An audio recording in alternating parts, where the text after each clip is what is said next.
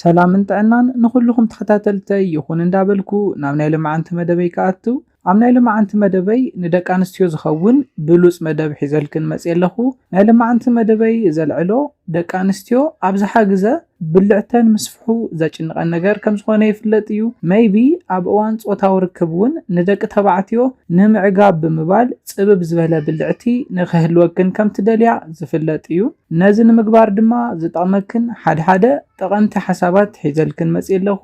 ደቂ ተባዕትዮ ነዚ መደብ ትከታተልዎ እንተሃሊኹም በዓልቲ ቤትኩም ወይ ከዓ ኣፍቃሪትኩም ፅብብ ዝበለ ብልዕቲ ንክህልዋ ነዚ መደብ ተኸታቲልኩም ክትሕብሩለን ክሕብረልኩም ይደሊ። መደብና ናብ ብዙሓት ደቂ ኣንስትዮ ንክበፅሕ ላይክ ጌርኩም ጀምርዎ። ነዚ ቻነል ሓደሽቲ ዝኾንኩም ሰብስክራይብ ብምግባር ዝተፈላለዩ ናይ ጥዕና ናይ ፆታዊ ርክብ ከምኡ እውን ናይ ሓዳር ሂወት ኢንፎርሜሽን ትረኽብሉ ቻነል ስድራ ንክትኮኑ ብክብሪ ሓትት። ስድራን ዝኾንኩም እንዳመስገንኩ ናብ መደበይ ክምለስ ከለኹ ናይ ደቂ ኣንስትዮ ብልዕቲ ብተፈጥሩ ፈለማ ብጣዕሚ ፅብብ ዝበለ ናቹራል ሳይዝ ከም ዘለዎ ይፍለጥ እዩ። ሕዚ ኣብ ታሕቲ ብዝሕብረልኩም ነገራት ናይ ደቂ ኣንስትዮ ብልዕቲ ይሰፍሕ እዩ። እቲ ቀዳማይ ናይ ጓል ኣንስተይቲ ብልዕቲ ከስፍሕ ዝኽእል ንኩልኽን ከጥቅዕ ዝኽእል ኢንፌክሽን እዩ። UTI ዝበሃል ኢንፌክሽን እዩ። እስፔሻሊ ናይ ጓል ኣንስተይቲ ብልዕቲ ከይሓሰበቶ ብቀሊሉ ምንም ዓይነት ፆታዊ ርክብ ዋላ እኳ ከይገበረት ብልዕታ ንክሰፍሕ ክገብር ዝኽእል ኢንፌክሽን እዩ። ሜይቢ እዚ ክርዳእ ዝኽእል ኮፍ ክትብል እንከላ እዩ። ሓደ ግዜ ደቂሳ እውን ንሽንታ ንምቁፅፃር ከፅግማ ይኽእል ወይ ከዓ ቀልጢፉ ሽንቲ ናይ ምምፃእ ፀገም ንከጋጥማ ዝገብር ኢንፌክሽን እዩ። ኢቭን ፆታዊ ርክብ ከይገበረት ብልዕታ ከም ዝሰፍሐ ንክስማዓ ዝገብር ኢንፌክሽን እዩ። ስለዝኾነ UTI ናይ መጀመርታ ፋክተር እዩ። UTI ነብዝሓ ደቂ ኣንስትዮ ብዘይ ምንም ዓይነት ፆታዊ ርክብ ንክሰፍሕ ዝገብር ቀዳማይ ምክንያት እዩ። UTI ጉድኣቱ እንታይ እዩ ክትብላ ትኽእላ ይኽን ኣብ ውሽጢ ብልዕትኽን ንዘሎ ንናይ ጓል ኣንስተይቲ ብልዕቲ ኣጥብቕ ኣቢሉ ንዝሕዘላ ወይ ከዓ ሽንቲ ክትሸና እንከለኽን ሪላክስን ኮንትራክትን እንዳገበረ ኣጥብቕ ኣቢሉ ሕዝ ልቕቕ ዝገብር ኣብ ውሽጢ ብልዕትኽን ንዘሎ መስል ወይ ከዓ ጭዋዳ ብምድኻም ብቐሊሉ ንሽንትኽን ንኸይትቆፃፀራን ብልዕትኽን ከም ዝሰፍሐ ንኽስምዐክን ዝገብር እዩ። እቲ ካልኣይ ምክንያት ድማ ዕድመ እዩ። ዕድመ እንዳደፍአ ብዝኸደ ቁፅሪ ጭዋዳታትክን ናይ ምሽምራርን ፍትሕ ናይ ምባል ጠባዩ ስለ ዝጠፍእ ኣጥብቕ ኣቢሉ ካብ መሓዝ ናይ ምልሕላሕ ጠባይ የምፅእ እዩ። ናብ ቦትኡ እውን ናይ ዘይምምላስ ጠባይ ስለ ዘምፅእ ኣብዚ እዋን ፆታዊ ርክብ ግበራይ ትግበራ ብልዕትኽን ከም ዝሰፍሐን ምስ ዝተታሓዙ ድማ ሽንቲ ናይ ምቁፅፃር ፀገም ከስዕበልክን ይኽእል እዩ። እቲ ካሊእ ሞስትሊ ኮመን ዝኾነ ድማ ክትወልዳ እንከለኽን ብልዕትኽን ብቐሊሉ ክሰፍሕ ከም ዝኽእል ይፍለጥ እዩ።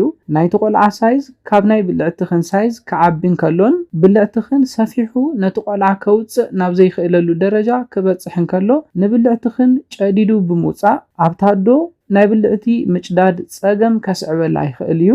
በዘን ምክንያታት ዝሰፍሐ ብልዕቲ ብቐሊሉ ኣብ ገዛኽን ኮንክን ክተፅባ ትኽእላሉ።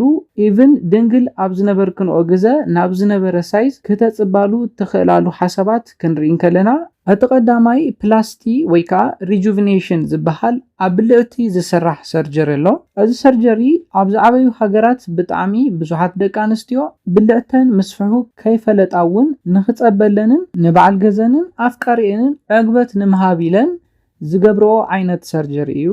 እዚ ሰርጀሪ ናይ ጓል ኣንስተይቲ ድንግልና መሊሱ ምስራሕን ድንግል ንዘይነበረት ጓል ኣንስተይቲ እውን ድንግልና ኣብ ውሽጣ ብምስራሕ እቲ ወዲ ምፆታዊ ርክብ ተታሒዙ በታ ጓል ኣንስተይቲ ኮንፊደንስ ንክስምዖ ንምግባር ብዙሓት ደቂ ኣንስትዮ ነዚ ሰርጀሪ ይስርሓ እየን። ብጣዕሚ ብልዑል ክፍሊት ድንግልናን መሊሰን ናይ ምስራሕ ሰርጀሪ እውን በዚ ሪጁቭኔሽን ወይ ከዓ ፕላስቲ ዝስርሖ ናይ ሰርጀሪ ዓይነት እዩ።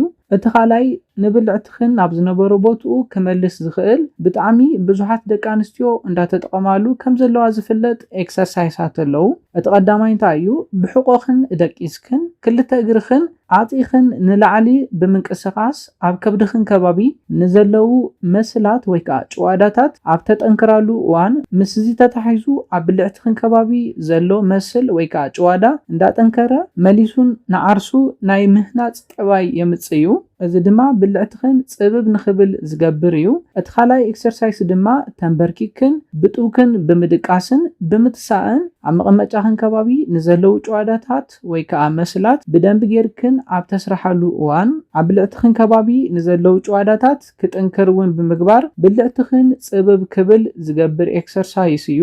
ስለዝኾነ ኣብ ብልዕትኽን ከባቢ ንዘለዉ ጨዋዳታት ብደንቢ ጌሩ ከስርሕ ዝኽእል ኤክሰርሳይዝ ብምስራሕ ኣብ ብልዕትኽን ከባቢ ዘለዉ ጨዋዳታት ክጥንክሩ ብምግባር ብልዕትኽን ንኽጸብብ ክትገብራ ትኽእላ ኢኽን። ስለዝኾነ እዘን ክልተ ኤክሰርሳይሳት ብምስራሕ ብልዕትኽን ክተጽባ ትኽእላሉ ዕድል ሰፊሕ እዩ።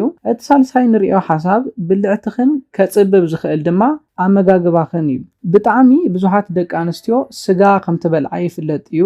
ስጋ ኣብዚሕከ ምብላዕ ድማ ብዩቲኣይ ብቐሊሉ ንኽተሓዛ ይገብር እዩ። ቅድም ኢለ ከም ዝሓበርክዎ ዩቲኣይ ዝበሃል ኢንፌክሽን ንናይ ብልዕቲ መስል ዘዳኸም ኢንፌክሽን እዩ።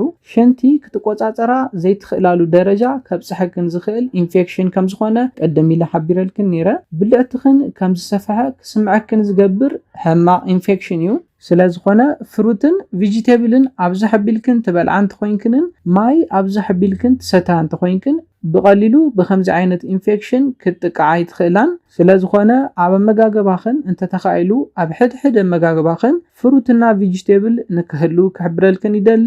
ምስ ዝተታሒዙ ድማ ርግኦ ንኸይትበልዓ ክሕብረልክን ይደሊ። ክነጠቓልሎን ከለና ጽብብ ዝበለ ብልዕቲ ጥቕሙ እንታይ እዩ ክትብላ ትኽእላ ኢኽን። ናይ ወዲ መትሎ ተጨኒቑ ናብ ብልዕትኽን ክኣትውን ከሎ ናይ ወዲ መትሎ ታሕተዋይ ክፋል ብጣዕሚ ሴንሲቲቭ ስለዝኾነ ናብ ዕግበት ክበጽሕ ዝገብሮ እዚ ክፍሊ መትሎ ስለዝኾነ እዚ ድማ ናይ ጓል ኣንስተይቲ ብልዕቲ ኣብ ዝጸበሉ እዋን ብቐሊሉ ነዚ ክፍሊ መትሎ ስለዝነኽኦ ናብ ዕግበት ንኽበጽሕ ይገብሮ እዩ።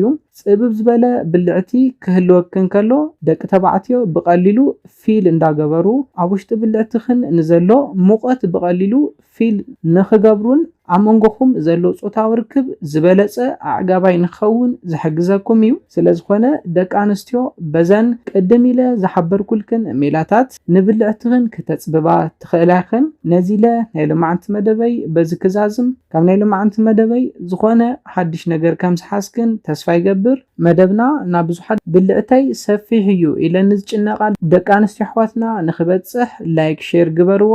ሓሳብ ርእቶ እንተሃሊኩም ብኮሜንት ሴክሽን ሓሳባትኩም ግለጹለይ። ሰላምን ጥዕናን ንኹላትና ይቐኒየለይ።